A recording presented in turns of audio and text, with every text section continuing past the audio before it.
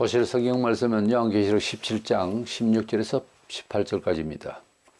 네가 본 바 이 열불과 짐승은 음녀를 미워하여 망하게 하고 벌거벗게 하고 그의 살을 먹고 불로 아주 사르리라. 이는 하나님이 자기 뜻대로 할 마음을 그들에게 주사 한 뜻을 이루게 하시고 그들의 나라를 그 짐승에게 주게 하시되 하나님의 말씀이 응하기까지 하심이라. 또 내가 본 그 여자는 땅의 왕들을 다스리는 큰 성이라 하더라. 아멘. 세상 종말이 되면은 모든 종교가 단합이 되어서 통합 종교 단체가 되어 가지고 적그리스도를 위하게 될 것입니다. 적그리스도를 닮은 우상을 만들어서 그 우상이 말을 하기까지 하는 그런 우상을 세계 도처에 놓고 모두가 그 적그리스도를 위한 우상에게 경배하고 그를 추앙하면서 신으로 바라볼 것입니다. 이럴 때에 이 모든 통합된 종교의 단체 이것이 처음에는 적그리스도의 힘을 입어서 이제 세속의 영화를 누리다가 그 마지막에 가면은 결국 배신을 받아서 완전히 불태워 없어지는 그런 내용이 나옵니다. 그래서 이 큰 단체인 종교 통일 단체 이것을 큰 음녀에 비유하고 있다는 것을 보게 됩니다. 그래서 이 큰 음녀가 결국은 마지막에 적그리스도에 당해서 즉 세계 종교 통합 단체가 결국은 망하게 되는 것을 보게 됩니다. 문제는 이 큰 음녀는 지금도 종교를 통합을 이루려고 하는 여러 단체가 있습니다만은 세계 종교가 하나가 된다 하는 것은 우리가 충분히 상상이 될 수 있는 현재 상황이 교회 사회, 종교 사회가 그렇습니다. 본장에서 표현된 내용으로 보면은 세계 종교 통일 체제가 이제 큰 음료로 비유되고 있는데 지금의 세계 기독교 연합회라는 WCC와 같은 단체입니다. 원래 성경의 음료라고 할 때에는 전혀 혹은 음료 이렇게 반대로 말을 할 때는 하나님의 백성을 전혀 혹은 신약에는 신부라 하고 음료라 할 때는 이스라엘이 배신을 하거나 이럴 때 하나님을 대적하거나 하나님을 배신할 때 음료, 음행 이렇게 표현하고 있어요. 이사야 23장 16절에 보면 그렇게 나옵니다. 본장 1절에 많은 물 위에 앉은 여자인데 많은 물은 세속적인 물은 세상을 말하죠. 보통 계시록엔 특별히 바다, 물 이것은 세속을 말합니다. 세속적인 배경 위에 앉았다 그 말이죠. 그러니까 세속적인 영광을 차지한 단체라 이 말이죠. 본문 18절에는 그 여자는 땅의 왕들을 다스리는 큰 성이라 그래서 땅의 왕들, 땅은 종교회를 말합니다. 그러니까 모든 종교의 지도자들, 종교들의 이제 군림을 해서 그래서 큰 단체로서 모든 종교를 통솔하고 있었던 큰 성이더라 그렇게 말하고 있죠. 큰 음료였다 하는 겁니다. 그렇다면은 땅의 왕들을 세계적으로 다스리고 있었다고 하면은 이건 세계 통합 종교 단체라고 이제 보아집니다. 그런데 현재 하고 있는 또 역사가 그렇게 증명하고 있는 성격으로 봐서는 장차 가톨릭 교황 중심으로 세계가 통합되지 않을까 이렇게 예상할 수도 있습니다. 본장 2절에 음행의 포도주라는 말이 나오는데 음행의 포도주에 취한 것은 진리를 배교했다 이런 말이에요. 그러니까 이 세계 종교 연합체는 진리를 배신했다. 사회적으로는 화목일치라는 이런 가면을 갖고 있지만은 속으로는 참된 것이 없는 진리를 배교한 상태의 단체다가 말이죠. 종종 우리 교회가 어떤 연합운동이니 그런 이제 내용의 단체나 현재 현존하고 있는 여러 단체나 또는 그런 이슈가 되고 또 교회 사회에 큰 담화가 되는 이런 내용 안에는 보면 진리보다 세상을 위하는 종교단체가 되자 하는 쪽으로 목표를 두고 또 그런 정서를 가지고 있고 그렇습니다. 말세가 되면은 그런 이제 종교적 목적이랄까요, 사회와의 융합 이런 차원에서 자꾸만 해석이 되어지고 하다 보면은 본래 진리의 특수한 성격을 버릴 수도 있는 거죠.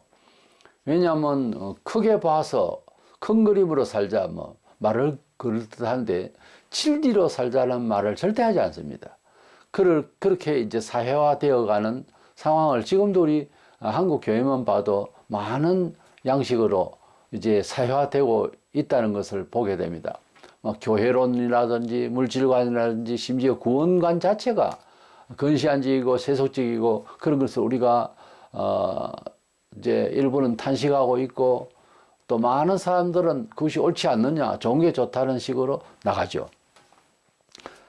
특히 본장 3절에 붉은빛 짐승을 탔는데 7머리와 10뿔이 있으며 그랬어요. 붉은빛 짐승은 적그리스도를 말합니다. 이 적그리스도가 이 종교단체를 이제 붙들고 있는 거죠. 세계종교연합회는 자진해서 우리가 통일로 하자. 정치도 통일됐으니까 라고 하겠지만 결국은 혜택이 있었습니다. 적그리스도의 등에 업혀서 그렇게 권세를 누리고 그렇게 세계 종교를 이제 통제하는 단체가 되어버리는 거죠. 그것이 지금 예상하면 충분히 가능한 시대가 지금 와 있습니다. 엄녀는 보석으로 꾸몄다고 4절에 그 여자는 자줏빛과 붉은빛 옷을 입고 금과 보석과 진주로 꾸미고 손에 금잔을 가졌는데 가정한 물건과 그의 음행의 더러운 것들이 가득하더라 그랬습니다. 아주 세속적으로 풍요를 과시하고 이것이 신의 축복이다 이런 것을 과시하기 위해서 세속적으로 이렇게 보석으로 꾸미는 모습을 볼 수가 있습니다. 신비주의자들이 자기가 하나님이네 하는 사람들이 대부분 차도 보통 기업 회장도 못하는 그런 차를 타고 다니던가 아니면은 본인을 그렇게 신격화해서 엄청난 대접을 받기를 원하고 그래서 그래야 너희들이 복을 받는다는 둥 나와 같이 된다는 둥 이러면서 사이비의 교주들이 주로 보면은 사치하고 화롭게 삽니다. 둘러보세요. 다 그렇습니다. 그 말세에 적그리스도를 위해서 온 세계 종교가 통합되고 아마 교회가 더 중심이 될 거예요. 그런 단체의 임원이나 거기에 속하는 단체 사람들이 보면 우두머리 되는 격의 사람들은 절대적으로 세속적으로 풍요하게 되어 있어요. 교회 사회, 지금 멀쩡한 교회 사회라도 지도급에 있는 인지도 높은 사람들이 상당한 재력가들이 많습니다. 그게 정상이 아니에요. 그걸 질투하자는 것이 아니라 목사의 직무가 너무 이 세상을 섬겨야 되는 내용으로 가득 차 있기 때문에 돈을 모아 가지고서 과시할, 그래서 돈에 의존해서 행불행을 논할 그런 처지가 원래 못 되는 직업이에요. 직업이라면. 그래서 문화에 너무 과도한 자기 자랑을 한다든지 이러면은 영혼이 잘못된 겁니다. 혹시 어떤 하나님께서 은혜를 주셔서 혜택을 주셨다 하더라도 구약의 복을 받은 사람을 빗대면서 자기 자신을 합리화하는 그런 목사들은 영혼이 타락한 상태입니다. 절대 물질과 문화를 자랑하고 그것을 즐기고 그것을 자기가 잘 믿은 결과처럼 이렇게 자랑하는 것은 이것은 그렇다 하더라도 그건 하늘에 상이 하나도 없어요. 그런 식으로 살면. 그래서 마지막 때에 통합종교사회에 거기에 임원이나 되는 사람들은 아주 사치하고 대단할 겁니다. 세속의 풍요를 과시할 거예요. 이것이 복이라고 하면서 본장 5절에 그의 이마에 이름이 기록되었으니 비밀이라 큰 바벨론이라 땅의 엄녀들과 가정한 것들이 엄이라 그렇게 했습니다. 이것은 우두머리가 된다 그 말이죠. 모든 종교를 통합해서 그것을 통제해서 적그리스도를 위하는 이런 엄녀요 이것은 가정한 것들의 엄이라. 그래서 모든 통합 종교된 진리가 없고 사회적으로 섞어서 이제 완전히 사회용화되어서 오히려 사회적인 여건이 하나님이 주신 복이다. 지금도 좀 그러고 있잖아요. 그런 거로 이제 보이고 하는 자들이 아마 모든 세계 종교 통합 단체에서도 각 지역마다 통제하는 하속들도 있겠죠. 그 위력이 권세가 대단할 거예요. 그럼 짓눌리는 거죠. 일반 교회 목사들은. 그래서 우두머리가 된다 하는 뜻입니다. 엄녀는 또 특별히 놀라운 것은 성도의 피에 취한 자라고 본장 6절에 이 여자가 성도들의 피와 예수의 증인들의 피에 취한 자라 성도들을 많이 순교시켰다 그 말입니다. 적그리스도를 상대해서 순교하는 것은 적그리스도가 피해 취한 자지만은 이 큰 음료로 비유되고 있는 세계 종교 연합 단체, 거기에 우두머리도 있고 거기에 이제 지도급의 사람들이 있겠죠. 이 사람들이 자기 말 안 듣는다고 성도가 성도를, 소위 교인이 교인을 죽였다 이 말입니다. 우리가 근대 역사의 가장 치욕적인 일제 시대에 목사가 목사를 잡아가고, 또 북한에서 자기 애비를 고발하듯이 북한 그와 같이 일제 때도 성도가 성도를 잡아가는 그런 말도 안 되는 일이 벌어졌었습니다. 지금도 마찬가지로 코로나 때도 그랬고, 하나님의 말씀대로 살려고 하는 사람을 교회 사회 자체가 이간질을 하거나 잡아가도록 얘기를 하거나 정부에 이런 식이 지금도 일어나고 있거든요. 마지막 때가 되면 너무 살기가 천재지변도 있지만은 경제를 통제받고 있고 여러 가지로 양심적으로 종교 생활을 할 수가 없는 지경이 될 때, 협조를 하지 않고 잘 따르지 않는 사람들은 핍박을 한다 정도가 아니에요. 성도들의 피와 예수 증인들의 피에 취한 자라 그랬잖아요. 이는 순교를 시킨다고 말이죠. 그러니까 원수가 자기 집안 식구리라 그랬어요. 역사적으로 봐도 불신자가 기독교인을 죽이거나 핍박한 것보다 십자가 간판 아래에서 많은 교회 자체 안에서 핍박을 받아서 죽은 사람이 더 많습니다. 가톨릭의 중세기에 개혁이 시도되는 그 무렵에 엄청난 사람이 죽었고 기독교인들이 기독교 안에서 죽었어요. 또 잘 생각해 보시면 답이 나옵니다. 이단이 얼마나 영혼을 빼앗아 갑니까? 불신자의 그 사이비 종교 교주가 기독교인을 흔드는 게 아니고 기독교 안에서 간판을 걸쳐 놓고 지금 이단이 속죄하고 있잖아요. 이제는 눈이 좀 열려서 은혜 받았네 어쩌네 해도 결국은 그 사람을 이단으로 알고 먼저 또 이단은 하나 죽었고 또 지금은 이단이 또 생기기도 하고 이랬는데요. 하나님의 말씀을 벗어나 있는 상태에서 가르치는 내용이 굉장히 세속적인 마음으로, 듣는 사람 기도 잘못되었기 때문에 그래 듣는 거잖아요. 그렇게 그걸 복이라고 알고 따라가다가는 결국은 망합니다. 하나님께서 하나님을 잘 믿고자 하는 자도 순교까지 하면서 너무 손해보는 것 같고 이런 경우가 발생해도 반드시 승리를 주세요. 그러나 그런 핍박과 심지어 죽음까지 받아도 그 계통의 하나님은 반드시 함께 하심을 나타내 보이실 날이 옵니다. 그런데 세속적으로 힘을 얻고자 하고 세속적으로 이제 종교를 해석하고 이해시키고 하는 사람들은 그 나중이 멸망입니다. 그래서 세속적으로 말하고 세속적으로 신앙의 결과를 설명하고 막 자꾸 이러면 그 목사가 나중에 잘 살펴보세요. 결국 망합니다. 그 명예가 완전히 추락해버리고 지금도 그런 현상이 자꾸 일어나고 있잖아요. 우리 한국교회가 이것이 잘 믿네 저것이 은혜네 하지만은 시간이 조금씩 흐르면서 드러나잖아요. 잘못되었네라고. 그 목사를 욕하고 하기 전에는 뭐 추앙하고 이러다가 그 왜 그래야 되나 하면 서로 쏘는 게 진리에서 벗어난 소리로서 세속적으로 신앙을 자꾸 설명했거든. 그렇게 안 했다 싶어도 그러니까 더구나 능력을 행하거나 이래 했을 때는 더 그렇게 쏘을 수가 있죠. 목사의 심정을 누가 아나요? 가족은 좀 알 수 있을 거야. 근데 목사가 목사 심정을 압니다. 목사들이 목사 세계를 잘 알지 성도들은 잘 몰라요. 전문성도 없고 훈련을 안 받고 영적인 계급이 낮기 때문에 영안이 좁아서 잘 몰라요. 그러나 목사는 목사를 알 수 있습니다. 세속화되고 타락해지는 자신을 목사 자신은 자신도 잘 모를 수도 있어요. 그때 곁에 있는 목사가 권면하고 알 수가 있습니다. 그러나 백신들은 몰라요. 뭔 소리를 하는지 끝까지 따라가거든요.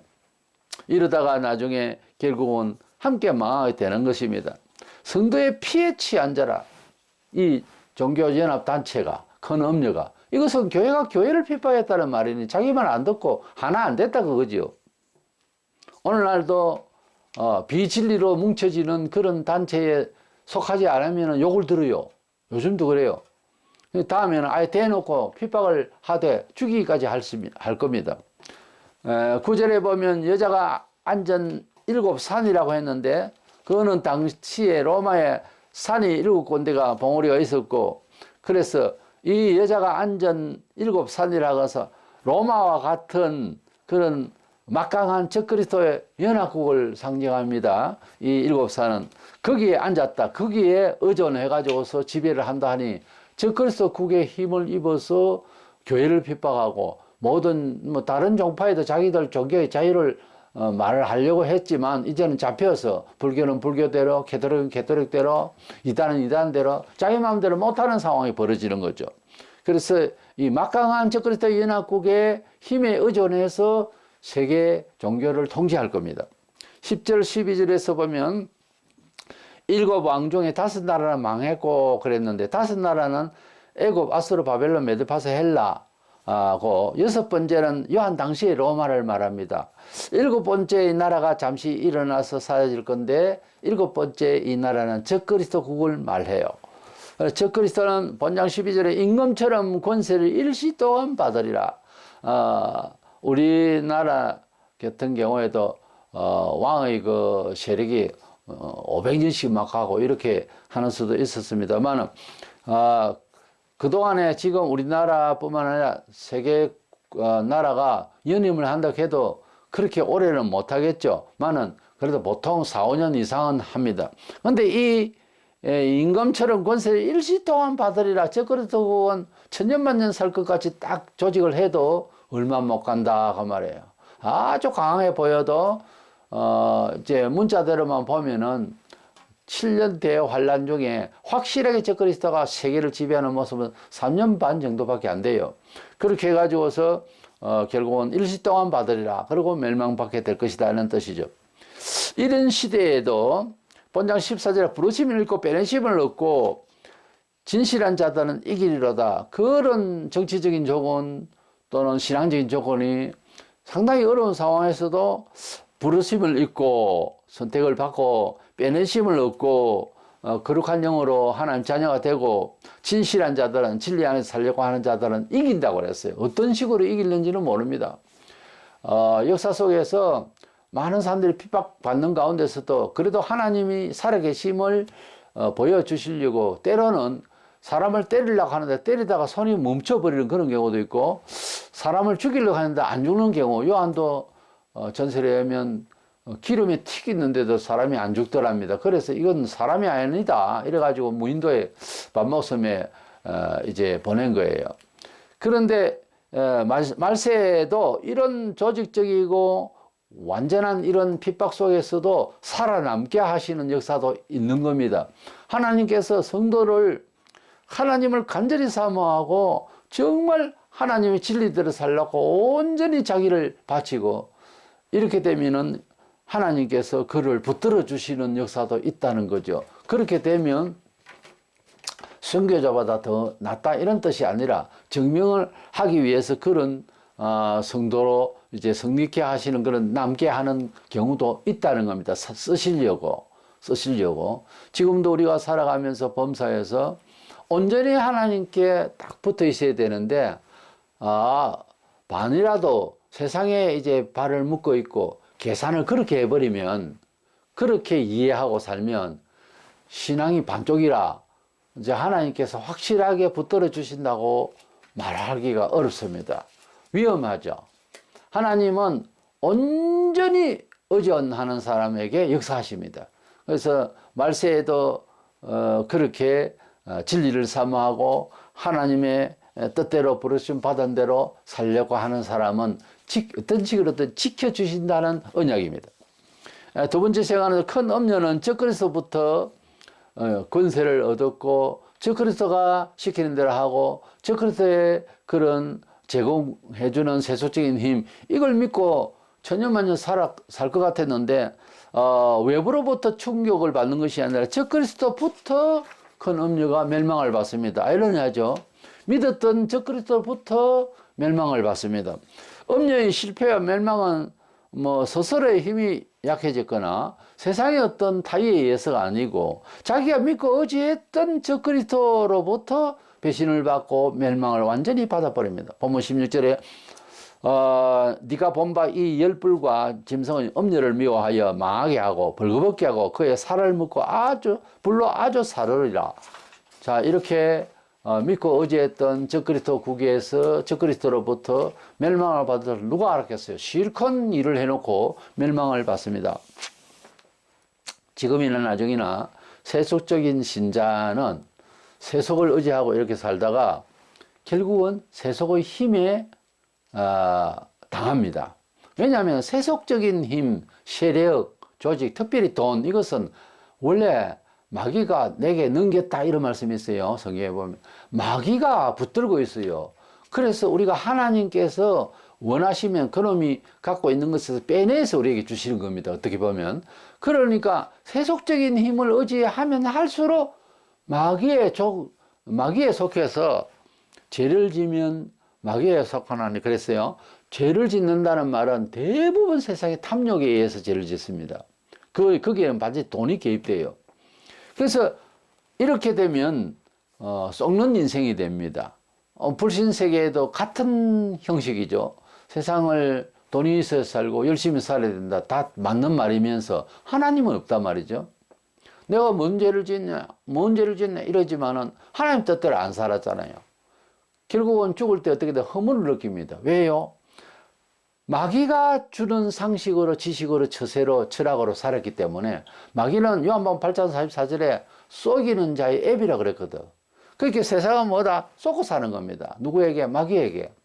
북한에서 예를 들어서 그게 김일성 수령님 만세하고 살던 그것이 지금 3대째 이어져 가고 있는데 거기에 다 세상에는 다 갇혀 있고 거기에 주는 메시지만 듣고 자라면 그게 전부가 되어버리잖아요. 그러다가 밖으로 나와서 하다못해 중국이나 어디 나와가지고서 이렇게 보니까 아니거든. 외부의 소식을 받지 못하도록 차단을 해놓은 데서 밖에 나와서 다른 세상의 자유가 뭔지에 대해서 인권이 뭔지에 대해서 알게 되어버리면 혼란이 오잖아요. 그러다가 이제 남쪽으로 탈출을 하게 되는 이런 그렇게 이제 탈북하는 현상이 일어나는 거죠. 왜요? 탈북 현상은 뭐 가고 싶어서 왔습니까? 장난삼아? 동네 이사 오듯이 왔습니까? 아니에요. 자유를 찾아왔어요. 근데 그쪽에서는 뭐예요? 부자유가 정상이 아니라는 것을 몰랐었다는 말이에요. 몰랐을 때는 도망갈 생각을 못 하지. 알게 되니까 부모 혈연관계까지도 끊더라도 살아야 되니까 자유를 찾아서 넘어오는 거예요. 결국 마귀의 단체, 비유컨대 북한의 그 단체는 속이고 있는 거거든. 사람을 속이고 제도를 갖추어 나간 거예요. 지금 우리나라의 정치 행태가 뭔가 불확실한 점이 참 많잖아요. 속이고 있는 것이 많거든요. 국민들을 아주 동물처럼 여기는 그런 일이 사실은 많이 있어요. 이게 세속의 영이 마귀가 지배하는 그런 성질이에요. 지금 한국교회는 그런 제도권 안에서 많은 부분에서 꼼짝을 못하고 있어요. 교회가. 뭐 말세라 하니까 아직 한참 뒤에 올 것도 아니고 이 나라 자체가 지금 종말을 가고 있다니까요. 인터넷을 통해서 알지 못하는 사람들이 스레드를 통해서 내가 무슨 메시지를 받는 경우도 있는데 도저히 교회 뭐 꼴도 보기 싫다 하면서 하나님을 안 믿는 건 아닌데 나 어떻게 하면 좋습니까? 하면서 뭐 이런 질문을 하는 청년들과 그런 집사나 이런 사람들이 많습니다. 그런데 지금은 말세니까 조신해서 교회 자체를 나무라거나 반항을 하지 말고 하나님 진리를 사모하는 마음으로 살아야 됩니다. 이렇게 또 내가 답을 해주면서 종말이라는 말을 자주 해줘요. 그래, 그 말 끝에 어떤 분은 이제, 시대를 내가 바로 알고 살아야 되겠다는 그런 말을 답을 해요. 우리가 많은 곳에 있는 가난한 신자, 특별히 예수 믿었고 세례도 받았고 하는 심지어 직분까지 있는 사람들, 교회를 안 다니는 사정을 들어보면 물론 자신이 인내를 못해서 그런 일차적인 문제가 있습니다만 얼마나 많은 사람들이 내가 쏘갔구나 하는 생각을 가지고 교회를 이제 들여다보니까 뭐가 크게 잘못되어 있는 것이 보이거든. 그러니까 화밀이 오는 거죠. 그 교회당은 적어도 못 가고 다른 교회도 그런가 하고 이래가지고 아주 영혼들이 이제 방황을 하는 이런 시대입니다. 우리 한국에 지금 이제 교회 안 나가는 신자, 가난한 신자라고 그러지. 말을 거꾸로 해서. 가난한 신자가 200만 명이 넘는다 하거든요. 엄청난 숫자입니다. 200만 명이 아니라 20명도 전도하기 어려운데 그 많은 사람들이 지금 바깥에 나가서 노출되어 있으면은 이 세상에 있으면은 그 영혼이 자기를 잘 지켜나가는데 쉽겠습니까? 아주 위험하게 지금 방황하고 있는 거예요. 이게 얼마나 교회 책임인지 모릅니다. 하나하나 낙심하고 있으면 찾아가서 붙들어 맬 생각을 안 하고 딴짓을 하고 있으니까 교회가 빛을 잃고 능력을 잃은 상태예요. 사람만 많았지 아무 힘을 못 쓰는, 덩치만 크고 힘이 없는 사람처럼 이렇게 돼 있는 거거든요. 우리는 이 세속적인 것을, 이 문화를 생각할 때 적절하게 우리의 뜻, 양심, 믿음을 훼손시키지 않는 범위에서 말하고 갖추고 이제 가져야 됩니다. 그 세속주의로 말하고 세속주의로 성경을 해석하려고 그러고 자꾸 이러면은 그는 마귀에게 속는 일로 벌어지고 결국은 속는 그런 행위는 결국은 내가 완전 속아서 큰 음료처럼 멸망을 받는다고요. 마귀로부터. 그러니까 조심해야 돼요. 디모데후서 3장 13절에 악한 사람들과 속이는 자들은 더욱 악하여져서 속이기도 하고 속기도 하나니. 본래 사기를 당하는 사람들은 사기를 당했다 어떠다 순해가지고서 사기 당하는 경우도 있습니다만 본인들이 사기성이 좀 있는 사람이 사기를 당할까봐 눈을 바짝바짝 하며 양사방을 살피고 본인이 정직하지 못하면 그렇습니다. 눈빛이. 그리고 삶이 본인이 남을 속이니까 본인이 속는 인생을 살아버려요. 그런 것을 자세히 보면 친근하거나 가까이 있거나 뭐 자세히 한번 그 사람의 삶을 한번 봐보세요. 세속적으로 사는 교인이라도 마찬가지예요. 불신자는 더더구나 세속적으로 사는 사람은 자기 무덤을 파는 말을 하고 계획을 한다고요. 딱 보면 저러다 망하지 싶은 쪽으로 가는 거예요. 그게 세상적으로는 계산이 맞다 이거지. 이게 참 사람이 안타까운 짓이에요.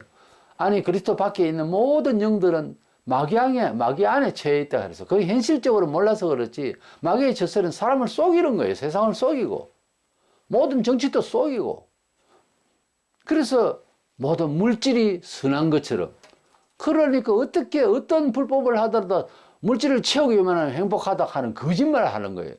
그럼 돈 있는 사람은 행복하다는 정비례로 나타나야 될 거 아닙니까? 근데 그렇지 않다는 거 우리 잘 알죠? 돈 많은 사람이 자살하는 10억도 가지고 있는 사람이 어째서 한강에서 떨어져 죽는지 그 신문에 가끔 보면은 돈을 그만큼 갖고 있으면 더 살기 어렵다 하고 죽는 거는 뭐예요? 그러니까 돈이 행복하다, 영혼을 지켜준다, 삶의 자신감을 준다 이 거짓말이에요. 그 거짓말인 줄 알면서도 조금이라도 더 내가 욕심을 채우면 행복하리라고 생각하고 매사 그렇게 살잖아요. 안 그래요? 사람들이 거의 다 그렇다고. 이것이 하나님의 뜻으로 선이다 하면은 희생 없이는 안 됩니다, 원래. 그냥 그것을 허락해야 돼요. 당장 내가 재산에서 손해가 되더라도. 근데 그걸 못하는 거예요. 왜요? 세상적으로 계산을 확실하게 컴퓨터처럼 딱 하려 하니까 아무것도 안 되는 거예요. 성도가 봉사한다는 것도요, 조금 여유가 있으니까 가진 것 좀 나눈다. 이런 걸 가지고는 절대 봉사 생활을 못 합니다. 못 합니다. 그 내가 가지고 있는 것에 절반을 나눈다 하던 그 사케오처럼 내 마음에 하나님을 감사하는 마음으로 교훈대로 있는 것을 그냥 줄 수 있는 마음 아니면은 절대로 봉사를 못 합니다. 하나님의 사람답게 산다는 것은 일사각오, 아예 죽을 각오를 안 하면은 말씀대로 못 살아요. 그럼 말씀대로 살면 혼자 손해보고 완전히 뭐 세상에서 죽게 되는데 어떻게 해요? 그건 다음 시간에, 다음 세월에 우리가 어떻게 하나님 역사할 수 있을지 그다음에는 아직 몰라요. 성경은 말하기를 우리 사람은 무지해서 하나님 아버지께서 어떻게 역사하실지를 그 미래를 모른다 그랬어요. 우리에게 그런 지각을 안 주셨다 그랬어요. 언제 이후로 더 모릅니다, 우리 사람은. 그건 제 간정이나 하나님 안에서 어떤 성공적인 삶을 살아온 사람들의 이야기를 들어보면은 그 성공적 삶을 살기 위해서 피라는 고난의 십자가의 길에 대해서 이야기를 막 하잖아요. 그걸 가만히 들으면은 나는 저렇게 살 수 있을까? 어렵다. 그래 될걸요. 피라는 노력을 하고 부활의 영광을 얻기 위해서는, 성공의 영광을 얻기 위해서는 고난의 십자가의 길이 반드시 있어야 됩니다. 그거 빼고 뭐를 한 방에 안수를 받고 아마 한 방에 그냥 오늘 밤에 기도 한번 하고 막 그냥 복 주십시오, 해결 다 하려고 하는 그게 정상이 아니라 말이에요. 어린아이들한테 칼을 어떻게 쥐어주며 어린아이들에게 함부로 쓸 수 있는 카드를 어떻게 쥐어줍니까? 우리가 하나님께서 그 역량을 보시고 은혜를 주시게 되어 있습니다. 그 말은 자기 현실 자체에 하나님의 손길에 대해서 먼저 이해하는 게 중요해요. 감사함으로. 그 가운데서 하나님을 섬기는 마음으로. 이렇게 돼야 되거든요. 많이 주시면은 나도 기부를 하겠습니다. 그거 누가 뭐네?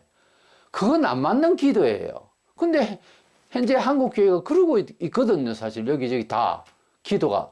근데 내가 가지고 있는 것으로 헌납하고 사회봉사를 하면 안 하려고 그러거든. 아까워서. 그러니 안 되는 거예요. 그러니 간증거리가 안 생기는 걸. 그런 식으로 인생을 살면. 있는 것을 주라고요. 그거는 못 주는데. 그러니까 안 되는 거예요. 하나님 역사는 그런 가운데서 되는 게 아니고 피를 봐야 됩니다. 예수님이 피를 보시고 부활의 영광과 속죄의 역사가 시작된 거예요. 내가 피를 봐야 되는 거예요. 희생이 있어야 된다고. 그 철학이 아직도 열리지 않는다면 예수 믿는 사람 맞아요?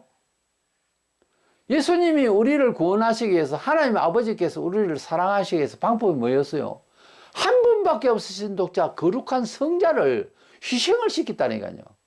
많이 있는 자식 중에 말도 안 듣고 하는 자식, 그럴 부모도 없지만 얘라도 하나 희생시켜야 되겠다, 이런 식이 아니란 말이죠. 우리 인간적인 입장에서 이야기할 때 한 분밖에 없으신 독자, 무죄하신 독자를 우리를 위해서 희생을 시켰다니까요. 희생 없이 구원이 없고 역사가 없고 부활이 없어요.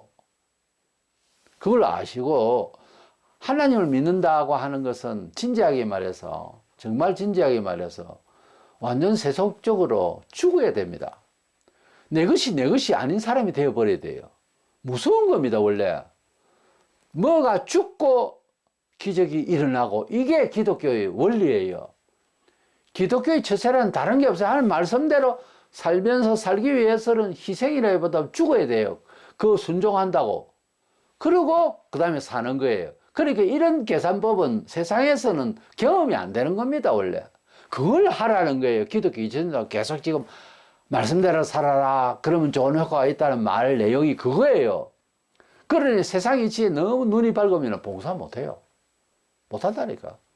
그러니까 세상 이치를 없이, 상식도 없이 살아, 그 말이 아니라 그것을 뛰어넘는 철학을 배우라고요. 하나님 말씀을 내가 감당할 만하다 싶은 정도 있으면 작은 것부터 헌신적으로 해보라고. 우리 딴에는 헌신이다 이렇게 말하고 싶지만은 하나님 뜻에 보면 별거 아니에요. 그 정도는.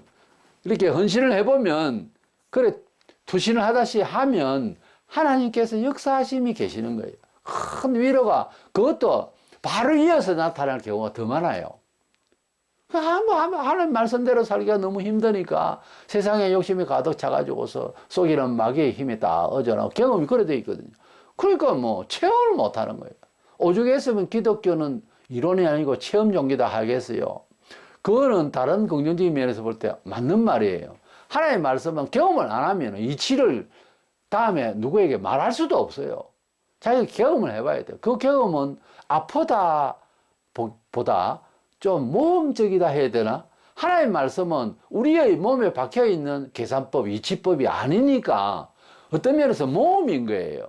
근데 그걸 모험으로 생각하고 불안해하면서 행동 안 하려면 하나님이 주신 바를 더 감사가 넘쳐보면 할 수 있어요. 다른 사람 비교할 때 당신이 돈이 많으니까 당신이 내시오, 이 헌금하시오, 봉사하시오 이러고 싶죠 보통.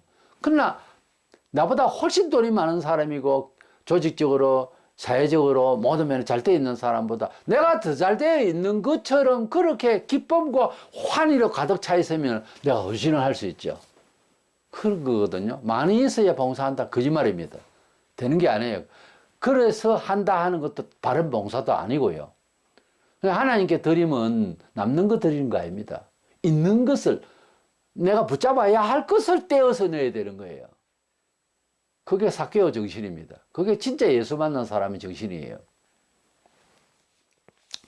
사람들은 정직한 사회 어쩌고 하지만 이 세상을 살아볼 때 우리가 참 정직한 사람이 없어요. 너무너무 속이는 세상이에요. 근데 속이는 사람이 자기도 악하고 속이면서 남에게 속임을 또 받아요.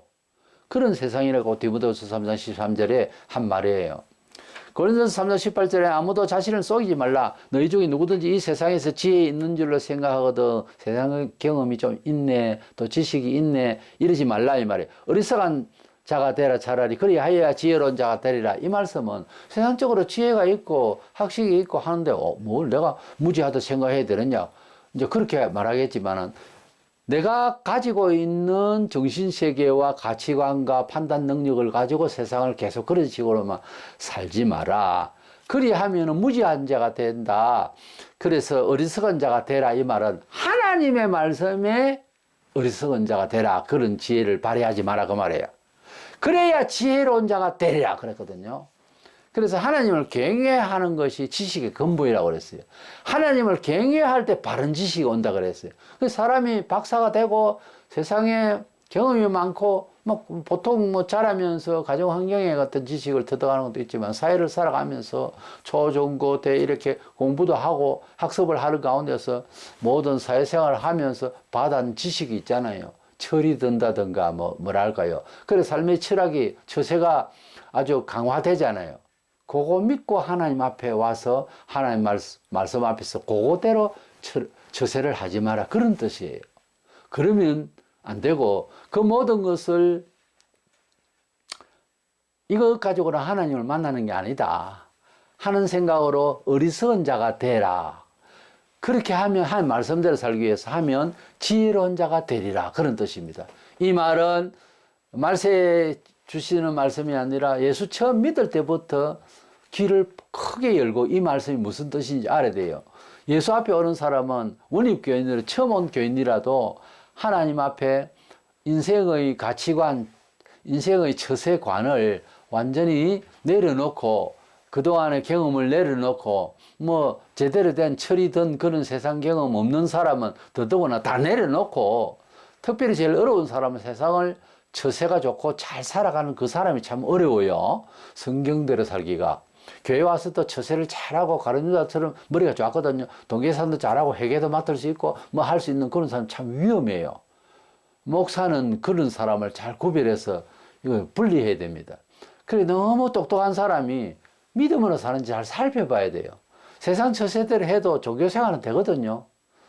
그래 되면은 이것은 오히려 어리석은 자로 남게 됩니다. 그래서 교회는 지식 유무를 떠나서 세상의 어떤 명예를 떠나서 하나님의 말씀 앞에 말씀의 지혜대로 말씀대로 처세를 하려고 애를 쓰려고 하는 사람이 최고 지혜로운 자가 된다는 결론에 이르러요. 그렇기 때문에 하나님의 말씀을 잘 순종하고, 잘 순종한다는 건 적극적으로 순종하고 최선을 다해서 순종하는, 말씀대로 따라가려고 하는, 그 앞에는 인격 찾고 권위 찾고 잘난 척하면 아무것도 못해요.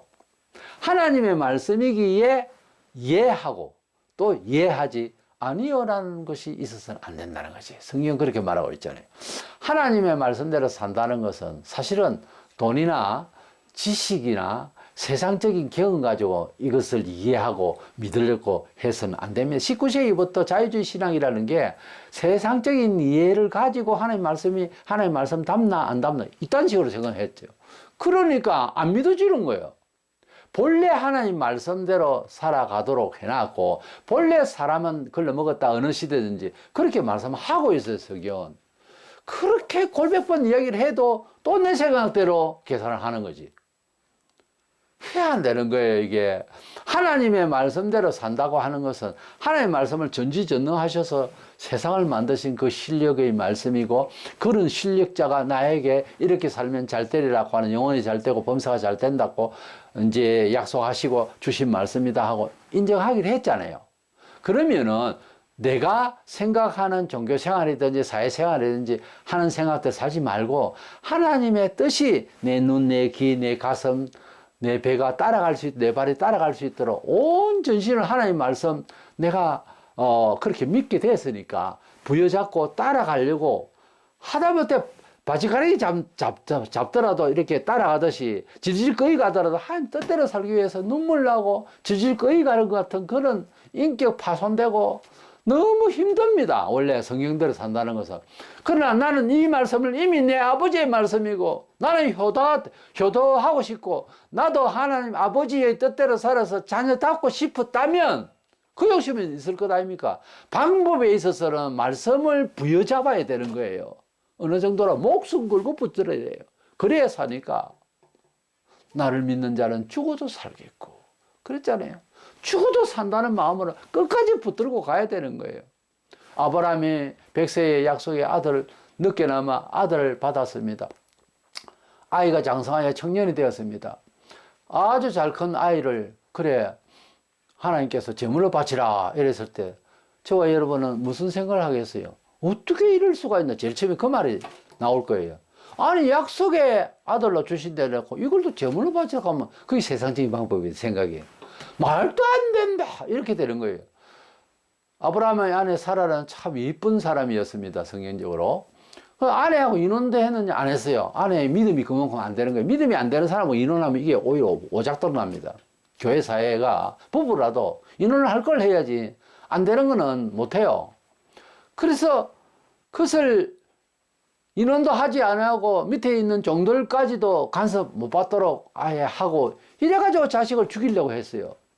하나님의 것이고 하나님이 원하시면 다 해야 된다는 이게 아브라함의 믿음이거든요. 신약은 말하기를 아브라함과 같은 그런 믿음을 가져야 된다고 되어 있거든요.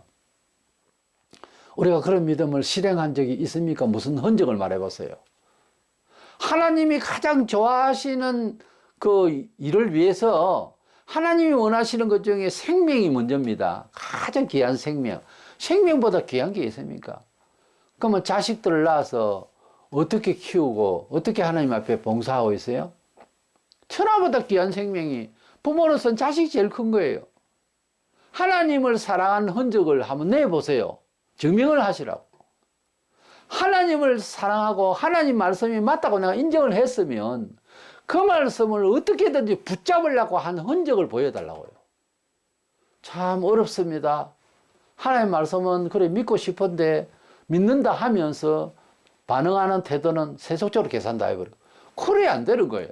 하나님이 원하시고 바라시면 세상이야 뭐라 하든 평가를 어떻게 하든 그렇게 되어지기를 바라고 주의 뜻대로 산다고 하는 것은 어떤 면에서는 세상적인 힘이 전부 순교를 해야 돼요. 안 그러면 못 따라가는 말씀이 너무 많아요.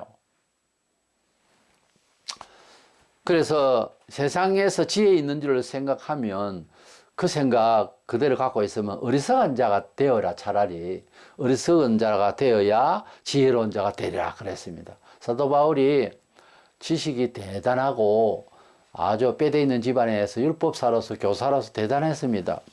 근데 말을 잘하고 하니까 아테네에서 그 종교가 많은 그곳에 우상도 있고 한데 거기서 이제 잘됐다 실력 있는 사람들이 많으니까 많은 말로서 다투었어요. 그랬더니 전도가 안 되는 거예요. 오히려. 그러고 나한테 큰 반성을 하고 고린도서에 보면 나는 이제 십자가 부활 외에 다른 건 하나도 증거하지 아니하기로 했고 내가 전도하고 설교하고 딱 섰을 때에 내가 심히 떨었다. 왜 떨은 줄 아세요? 성령님이 원하시는 것은 진리대로거든. 진리대로 말 안 하고 또 내가 가지고 있는 실력대로 말할까봐 거기에 내 자신이 불안타는 거예요. 본성대로 말할까봐. 그런 식으로 기도하고 전도 나가세요? 그런 식으로 자신을 두려워하며 이 본성을 두려워하며 말씀대로 살아가기 위해서 엎조리고 기도하고 간절하세요? 심히 떨었다고 그랬어요, 바울은. 그래서 우리는 하나님의 말씀 다 같이 볼 수 있는 성경 이 말씀을 대할 때에 너나 나나 할 것 없이 이 말씀이 완전하다 이래 믿었잖아요. 그러면 내가 가지고 있는 처세를 버려야 됩니다. 그게 힘들단 말이에요. 남이 대신할 수가 없어요. 이거는 또 욥기 13장 9절에 하나님 너희를 감찰하시면 좋겠느냐 너희가 사람을 속인 같이 그를 속이려느냐 하나님 사랑해요 그러면서 하나님 보시기에는 호주머니에 있는 거 그거 감춰놓고 거짓말하네 이러신단 말이야. 우리가 하나님을 사랑한다면서 종교 생활을 하는 소위 이런 모습은 어떤 면에서 많은 부분에서 속이고 있는 거예요. 그런데 이 본문에 말하기를 욥기는 너희가 사람을 속인 거지. 사람은 그래 속이면 모르니까. 근데 그를 속이려느냐? 하나님을 속이고 있냐? 네가 지금 하나님을 사는데 거짓말을 그렇게 하고 있냐 하고 하나님은 보신다 이거죠. 골로새 3장 9절에 너희가 서로 거짓말을 하지 말라. 옛사람과 그 행위를 벗어버리고, 옛사람은 예수 밖에 있었던 본성은 온통 거짓말로 충만해가 있어요. 원래 세상에서 하도 말을 거짓말을 하니까 장사하는 사람뿐만 아니라 사업하는 사람도 이중장보가 있고 거짓말을 너무 많이 하니까 그 세상에서 생겨난 말이 반신반의한다 그러잖아요. 반은 믿고 반은 안 믿는다. 다시 말해서 안 믿는다 그 말이죠. 온전하게 남의 말을. 왜? 말들이 전부 거짓말을 하니까. 누구 말이다? 마귀 말이다는 거죠. 그런 말 하면 자기들을 화가 날지 모르지만 사실인데 어떻게 해요? 평상시에 뭐 약속도 잘 안 지키고 거짓말해요. 사람들이 아주 거짓말을 해요. 잘합니다. 거짓말을 속이고. 그러나 그것은 경우에 따라서는 그 자리에서 벌을 받을 경우도 있고, 그것이 쌓이고 쌓이면 인생 허무하게 종칠 수가 있다 이 말이에요. 죽을 때에 사람마다 다 후회합니다. 근데 좀 정직하게 살 걸 다 그럽니다. 돌아가신 그 김동길 박사님이 자기를 어느 강연에서 그런 말을 하는 걸 들었어요. 자기가 이렇게 많은 사람들을 바라봐주고 삶의 지표로 알고 막 말을 들으려고 이럴 줄 알았으면 좀 더 정직할 걸, 그렇게 말을 했어요. 그거 보세요. 그렇게 박사고 그렇게 대단한 사람이고 역사학자로서 대단했는데 정직하지 못한 면이 있었다 이 말이죠. 사람은 참 정직하기 어려워요. 그래서 정직한 마음은 솔직한 양심으로 확실하게 이야기하는 건데, 이게 본성이라는 그리스도 밖에 있을 때 거짓말을 한다 이게. 그 행위를 벗어버리라. 골로새서에서 그렇게 말했습니다. 우리가 하나님 말씀대로 벗어나서 세상적으로 살아가는, 딴에는 정직하게 말하는 모든 처세와 문화적인 이런 소통이 사실은 성경이 보면 양심으로는 거짓말하고 있다. 무슨 말일까? 나 거짓말을 한다고 하는 의도적인 그런 말이 아닌데 싶어도요. 회개하고 눈물 흘리며 깊이 자기를 돌아보면 평상시에 떠드는 게 전부 거짓말이에요. 자기 말이 아닌 거라. 성철 스님이 내가 한면은 존경스러운 게, 자기는 거짓말 많이 하고 한다 그런 말을 했거든요. 내 말을 믿지 마라 막 자꾸 그러더라고. 그가 또 답을 했어요. 나도 잘 모르고 이러고 떠들고 간다 그런 뜻이에요. 그렇게 말했어요. 그러니 옳지 못한 것에 매여 가지고 그까지 떠들고 있는 건 또 뭐예요? 그거는 마귀가 준 거다 이게. 막 지옥 간다 하고 갔잖아요. 우리가 이 세상에서 우리나라에서만 해도 자기를 묵상하고 돌아보는 성철만한 사람이 있겠나 싶어요. 다 알다시피. 그 솔직하게 되면 될수록 사람이 가지고 있는 생각과 말들이 전부 거짓말이 되는 거지. 이게 뭔가 옳은 게 없이 살다가 공중에 떠다니다 가는 거예요. 사람 마음은. 그럼 정직한 거는 하나님 말씀대로 순종하니라고 핍박이 있어도 따라본 것은, 그것은 기억이 나요. 정직했다. 그게 정직인 거예요. 하나님 말씀대로 순종하지 않고 헌신하지 않은 건 전부 거짓말이 되어버렸네. 그냥 내 편리대로 살았는데 그게 성경적으로는 거짓말로 되어 있어요. 왜? 마귀가 거짓말을 심어주거든. 그러니까 불신앙적인 것은 뭐다? 전부 거짓말쟁이 마귀의 뜻이었다 이래야 되지. 결론은 거짓말이 되는 거예요. 그게 사람이 의도적으로 무슨 죄를 지어서 짓는 게 아니라 간접적으로 그 일 자체가 죄가 되어버린 경우처럼, 우리가 하나님의 뜻대로 살지 못한 것은 다 거짓이 되고, 거짓은 이 세상에 후회가 될 뿐 남는 게 아무것도 없어요. 어떤 부자가 죽으면서, 엄청난 부자인데 내가 내 마음대로 내 알아서 내 것이다 하고 참되게 썼다 싶은 것은 하나도 생각이 안 나고, 남을 위해서 봉사하고 성경에 비춰서 그래 한 것만 내 돈이었다 이렇게 말하고 죽었어요. 그러니 우리 사람이 참 인생을 달리 생각해 봐야 됩니다. 산다는 자체가 뭔가, 삶이 무엇인가. 인생은 그렇게 길게 볼 것도 없어요. 짤막하게 한번 압축해서 생각해 보세요. 내가 하나님 뜻대로 살려고 하는 정신세계냐, 아니면 내가 세상을 살아가는 처세대로만 살고 있느냐, 이걸 생각해 봐요. 내 처세 끝에는 찬양이 나와야 되고 하나님께 드림이 있어야 되는데 그러고 생활하는 게 잘 없죠.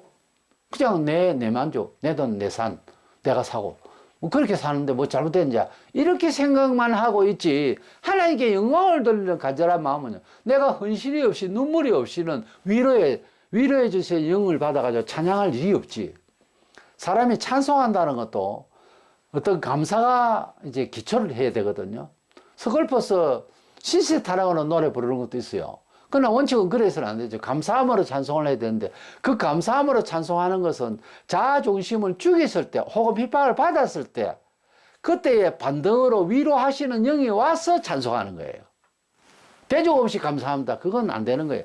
분위기 따라서 할 수 있지 그때는. 그러나 나중에 내가 뭐 때문에 감사하는지 모르겠다 이래 되는 거지. 그러나 자기를 감사한다는 것은 심도 있게 깊이 자기를 한번 돌아볼 필요가 있어요. 감사하지 않을 수가 없는 자기를 알아야 찬송이 나온다니까 제대로. 목소리 자체도 다르게 나와요. 청아하게 나옵니다. 참 감사는. 이 불신자들의 노래는 뭐 허스키하게 뭐 가래 끓는 소리도 막 나오고 아주 감정 있게 부른다 그러죠. 그 감정이 뭡니까? 세상을 한탄하는 소리예요. 우리는 청아해야 됩니다. 정말 저 소리를 가사가 그런 것이 가사 누구나 부르잖아요. 그 음정이 음향이라는 게 있어요. 정말 감사하구나 하는 노래가 있고요. 그렇지 않는 그냥 찬양하는 노래가 있다고요. 예, 영안을 열고 귀에 영을 열면 귀가 중심하고 나면 다 보여. 그게 들리고. 우리는 이 세상을 살아보면서도 참 거짓되다 하는 생각을 하는 사람 불신자도 많이 알아요. 자기 경험이나 자기가 한 짓이나 돌이켜보면 이게 누구 거냐면 마귀 거라고. 마귀가 이 세상 공중 권세 잡은 자가 틀어안고 모든 정치적 현재 사회만 모든 문화 영역에서 거짓말을 자꾸 하는 거예요. 우리는 거짓말이라고 생각 안 하거든. 이거는 과학이고 이거는 할만하다. 실컷 돈 쏟아붓고 달나라 왔다 갔다 하고 그럼 가서 뭐 하려고 해요? 가서 뭐 하게? 이 성경에서 그렇게 이 지구를 벗어나서 살 피신 행위를 할 이유가 없어요. 모든 것이 하나님 말씀대로 제한되고 룰대로 됩니다. 말씀을 벗어나서는 안 돼요, 일이. 적그리스도를 따르는 불신자들뿐만 아니라 말세가 되면은 기독교 안에서도 사회 통합을 위해서 우리의 주관대로 살지 말자네 벌써 일어나요, 이 일이. 그런 다치가 또 있고. 그러나 이 세속적인 삶을 위해서 뭐 어쩌고 저쩌고 교회가 사회를 어떻게 향하여서 봉사를 하는 차원에서 하나 되고 융합이 어떻고 자꾸 이러면 삶 자체가 거짓된 마귀에게 자꾸 그 술책에 쏘가 넘어가는 겁니다. 우리 성도는 사회성이 무엇보다 진실해야 되고 정직해야 되는데 그것은 하나님 말씀대로 살려고 하기 위해서 우리 자신의 경험이나 지식을 좀 어리석은 줄 알고 이것은 버려야 됩니다. 인생사 돌아보면 세계사적으로 인간적으로 세상을 갖다가 이제 이기고 그 영광을 누리려고 하는 사람들의 말로를 보세요. 뭐 로마만 아니라 온 세계가 다 비참하게 끝을 맺었어요. 세상적으로 자기를 과시하고 세상적 명예와 돈과 축적들이 그렇게 행복의 조건이다 싶어도 아니라는 증명이 너무나 많습니다. 우리는 영혼이 너무 기쁘면 붕붕 뜹니다. 뭐 집에 붙어 있을 수가 없어. 뭐 거리에 나가서 예수를 믿으라고 증거할 수도 있고 증거하고 싶고 법사에 감사하고 뭐라고 묻지도 않는데 저 예수 믿어요. 뭐 누가 물었어요. 그래도 막 그렇게 말하고 싶은 너무 기쁨이 너무 넘치면 허브양에 취했듯이 그렇게 되는 사람은 처세를 하나님 뜻에 맞으면은 이 돈 없으면 나 차비도 없는데 싶어도 내놔버려요. 그렇게 된다니까. 근데 그것이 전혀 안 돼도 교회 생활은 돼요. 윤리적으로 되는 거라. 문화적으로, 종교 문화적으로. 그러면 영혼이 피폐해져가 딱 다쳐가지고 예수 믿는다. 예수님이 날 위해 돌아가시면 믿는다. 그러면 천국은 가겠지만은 같은 천국이라도 다 위계가 있어요. 집집마다 자기들이 집이 있다고 다 믿는데 저도 그런 쪽입니다만은 집 자체가 다릅니다. 천국에 어떤 마음으로 살았고 어떻게 희생했고 봉사했는지 따라서 다 차별이 돼요. 그 고린도서 15장에 그 사람들의 영광의 차이가 있다. 별과 별들의 영광이 다르고 달과 태양의 빛이 다 다르듯이 그 영광이 다 다르게 되어 있습니다. 그건 자기가 순전히 자기 몫을 자기가 알아서 그렇게 만들어 가기 때문에 나는 이렇게 사는데 당신 나한테 그렇게 비판하지 마 이런 소리를 하면은 자기가 오는 영혼을 영광을 갉아먹는 소리예요. 하나님 말씀대로 애가 이야기해도 순종하고 가려고 해야 자기를 더 영화롭게 만드는 준비하는 과정이지 않아요? 기독교의 핵심적 가치는 뭔가 하면 내세에 영원히 가야 할 나의 영광을 준비하기 위해서 충성을 다하는 겁니다. 이것은 억지가 아니고 자기 개발이에요. 자기 영화를 위해서 노력하는 것을 권면해 주는데 얼마나 좋아요. 그 말까지 안 듣는다 이거예요. 그럼 어쩌라고? 아이 세상적으로 잘 되는 거 편한 거, 아 나는 좀 세상적으로 편하고 싶다. 이미 그것은 마귀 술책에 딱 걸려 있는 거예요 지금. 꼼짝을 못 하고. 그래 생각하고 하나님 아버지, 앉아나서나 내가 마귀의 술책에 걸리지 않고 세속적인 힘에 의지하지 않도록 해 주시옵소서. 당신의 진리의 말씀 신구약 성경 66권은 내게 완벽한 진리고 확실한 신실한 말씀인 줄 내가 이미 믿습니다. 그러므로 이 말씀대로 순종함, 이 말씀 순종하는 방법도 주시고 내 마음의 의지도 주셔서 주의 뜻대로 살아서 지혜로운 자가 되게 해 주시옵소서. 이런 기도가 매일 순간마다 무슨 일을 만날 때는 더더구나 잠시 묵상하고 결정하고 이래서 주의 뜻을 따라서 순종하기를 바랍니다. 말세가 되면은 이 큰 음녀가 이렇게 온 세계를 종교를 통합하고 세속적으로 적그리스도에게 예수되도록 할 건데 이 큰 음녀의 성질을 가진 종교단체도 지금 많습니다. 세계에 이미.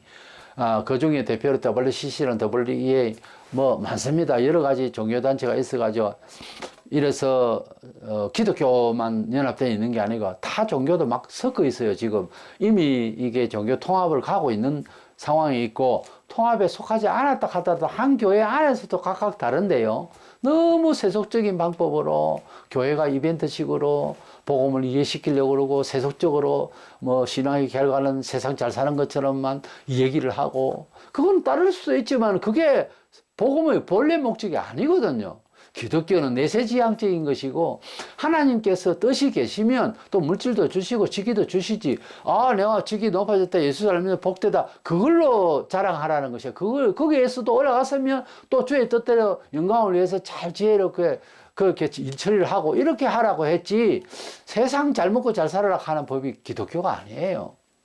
그렇게 알고 그 정신을 바로 가져야 마지막 때 큰 음료의 그런 상황까지 안 간다 이 말이에요. 결국 큰 음료는 어쨌습니까? 세계를 영화를 누렸습니다. 결국은 적그리스도에게 힘을 얻고 그렇게 했는데 적그리스도에게 배신을 받았거든요. 그거 보세요.